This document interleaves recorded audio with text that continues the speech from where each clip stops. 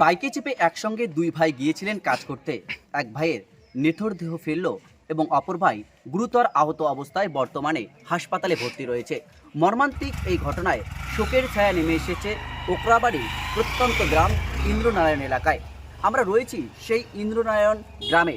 গতকাল দিনাটায় ভিলেজ 2 এলাকায় বিদ্যুৎপৃষ্ট হয়ে মৃত্যু হয় 5 শ্রমিকের, যার মধ্যে রয়েছেন রাসু সেন। আর সেই রাসু সেনের বাড়ি রয়েছে ওকরাবাড়ি গ্রাম পঞ্চায়েতের এই ইন্দ্রনারায়ণ এলাকায়। যেটা জানা যাচ্ছে যে গতকাল দুই ভাই মিলে, অর্থাৎ যেটা রাসু সেন এবং দীপক সেন, দুই ভাই মিলে বাইকে চেপে কাজে গিয়েছিলেন। সেই সময় সেখানে বিদ্যুৎপৃষ্ট হয়ে মৃত্যু হয়েছে এবং গুরুতর আহত অবস্থায় বর্তমানে দীপক সেন, বড় দাদা যে দীপক সেন রয়েছে, গুরুতর আহত অবস্থায় বর্তমানে হাসপাতালে ভর্তি রয়েছে।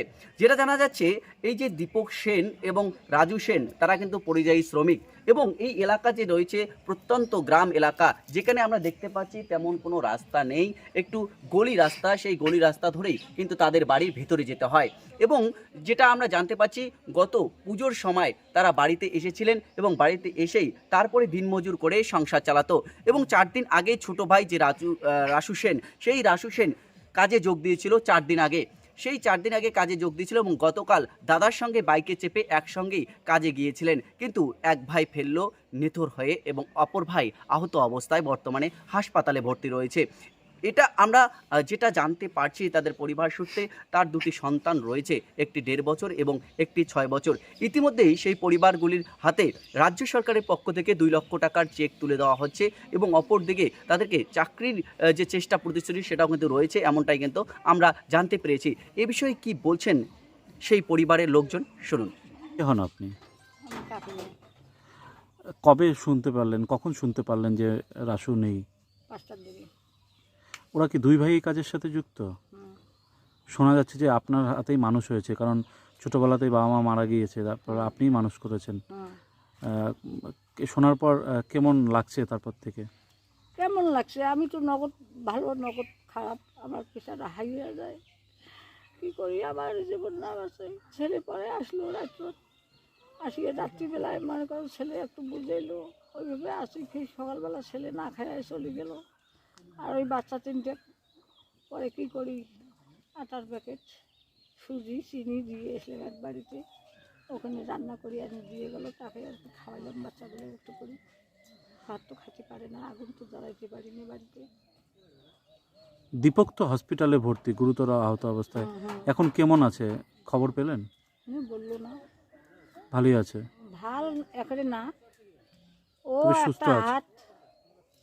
একটা হাত এই হাতটা আর একটা পাও বলে মনে করেন সেই ক্ষতি হয়েছে। ও যে পরে যে দাঁড়াইয়া করেছিল তার মতো বুদ্ধি হবে না, শুনলেন তো। রাসুর বাড়িতে কে কে আছে? রাসুর ঘরে কে কে আছে? স্ত্রী মনে করো এই একটা ঘর তুলছে, তুলিয়ে পার্টিশন দেওয়া আছে, মিথ্যে কথা বলবো না। ও পাকে থাকে বড় ছেলে, এই পাকে থাকে ছোট ছেলে। ওই 2 ভাইয়ে মিলিয়ে ঝেলে আর কি কাজ করে, খায়, আইন ভেঙে যায় না। রাসু বিয়ে করেছে তো? হ্যাঁ, বউ সবা। ছেলেগুলো কত বড় বড়? একটা 6 বছর, একটা 1.5 বছর। কোথায় আছে? আপনাদের কাছে আছে? না, অতটুক বাচ্চা আমার কাছে থাকে।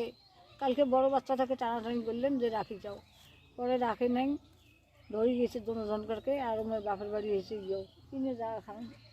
দীপকদার বউ কি ওখানে হাসপাতালেই আছে? দেবকের বউ ওখানে হাসপাতালে আছে। কি নাম আপনার? আমার নাম না ময়না সেন।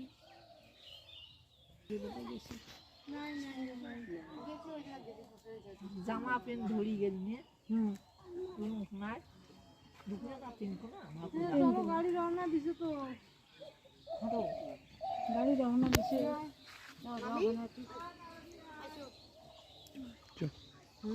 যান। 04